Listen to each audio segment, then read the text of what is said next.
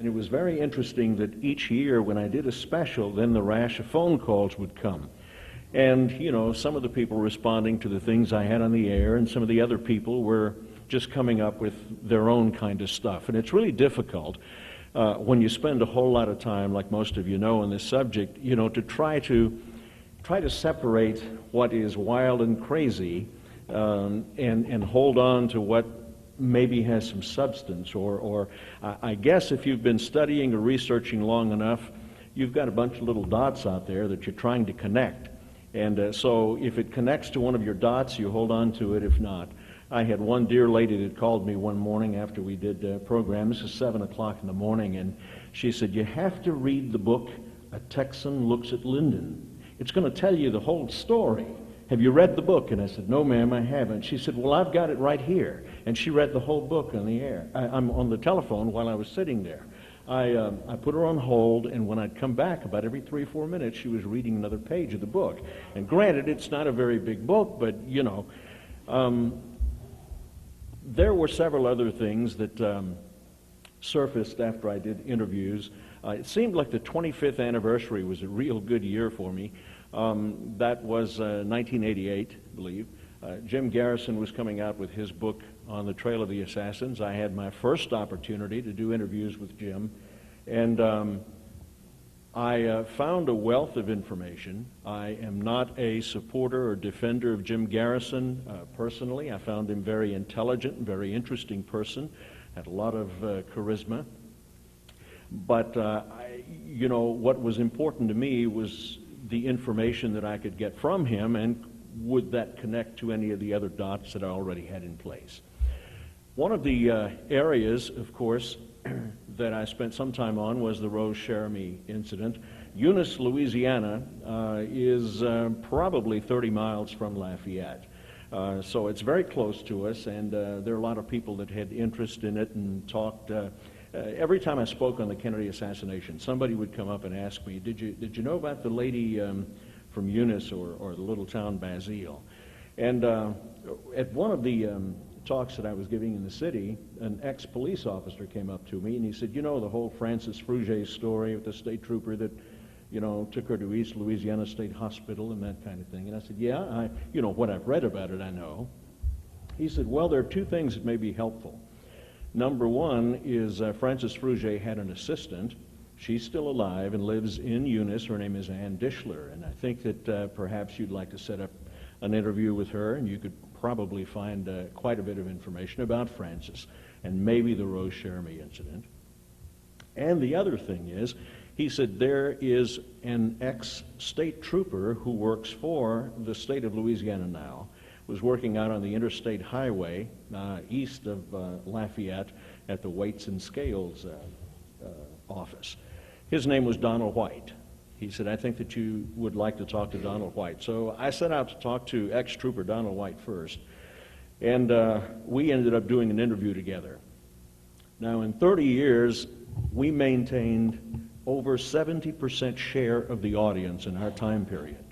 Let me tell you what I didn't do very well. That was to label and catalog interviews that I did on tapes. I mean, it was just a mess in there. So many of the tapes and interviews and things that I did were not properly labeled and cataloged, so I could not go back and find them later on. But I'll share with you the story about Donald White. Donald says that Rose Cherami had been working between Eunice and north of Eunice is a little community called Basile, where the Silver Slipper Lounge was. And she had been working there. She was a prostitute, was a drug addict, and she had been picked up several times on the Eunice to Basile Highway. And if you had ever been to Basile, you'd know why somebody'd be walking to Eunice. I mean, there's absolutely nothing in Basile. But she'd been picked up by state troopers who would patrol that road pretty regularly. Had been picked up at least twice before. And when Francis Fruget was called by Moussa Memorial Hospital in Eunice to say that there was a lady there who was ranting and raving and just seemed to be kind of out of her mind, he went over and then took her to the jail in Eunice. And Donald White says that Francis called him and said, "Hey, Donald, come over to the jail in Eunice and see who I've got in here." because Trooper White had picked her up once before. And Donald says that once he got to the jailhouse, Francis Frugier said to Melba, or Rose, "Would you repeat to Trooper White what you said to me?" And so she commenced with the story of having driven from Miami with a couple of people. And one of the things she was going to do was to head out to Houston to pick up her 2-year-old son.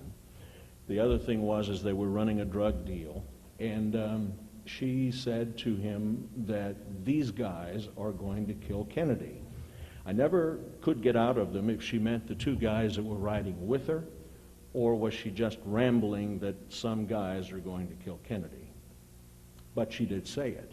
And I thought it was very interesting because all of these years I'd read all the books and had the accounts of Francis Frugier, but we never had a corroborating witness, so to speak, someone else that heard her say that.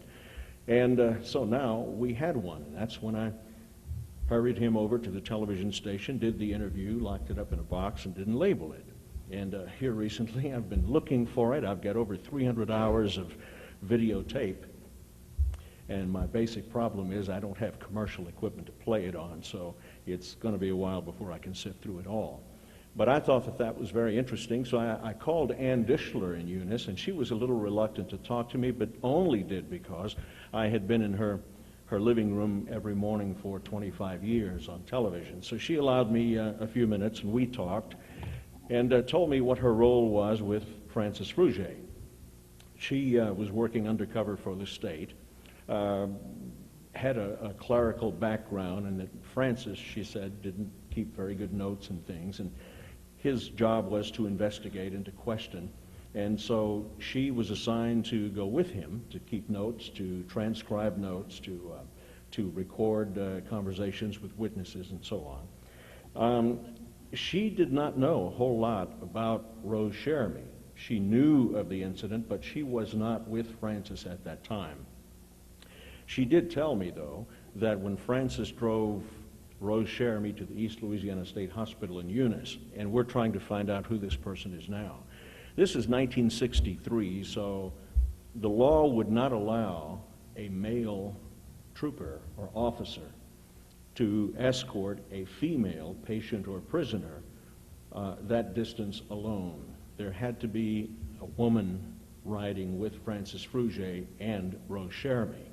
So there again, Francis said in his testimony to the House Select Committee that she kept rambling this stuff on the way to Jackson. If so, then there's another woman there that would have heard some of this and would be another person that could corroborate what Francis was saying. So we're looking for this person, if we can find her. But more importantly, what Ann said to me is that she was working with Francis when Thomas Burbank, the head of Department of Public Safety in Louisiana, who was the head of the Louisiana State Police, got a call from Jim Garrison needing some of his best investigators. And so Mr. Burbank refers Francis Frugier. So Francis goes to work investigating on the Kennedy assassination, or areas of it, for the DA's office, and Francis brings Ann Dishler along with him, and Garrison sent them to Clinton. That was the area where he wanted Francis to concentrate on. They were trying very, very hard to establish a relationship between Lee Harvey Oswald, David Ferry, and specifically Clay Shaw, because upon reopening the investigation, and at the time he went to trial, everybody else was dead but Clay Shaw. And of course, Garrison, realizing that Clay Shaw was a part of something connected to the assassination of President Kennedy, on a low level probably, but it was the only person alive that he could take to trial, and it allowed him subpoena power, and we know what he did with that, or tried to do with it at least. But in talking with Ann, I had read several books and talked to researchers who said that the waters in Clinton were muddied some because some were saying that instead of Clay Shaw and then Black Cadillac with these guys in Clinton, that the man was actually Guy Bannister. First thing that Ann says to me, and she had a pile of notes, handwritten notes that she was looking through,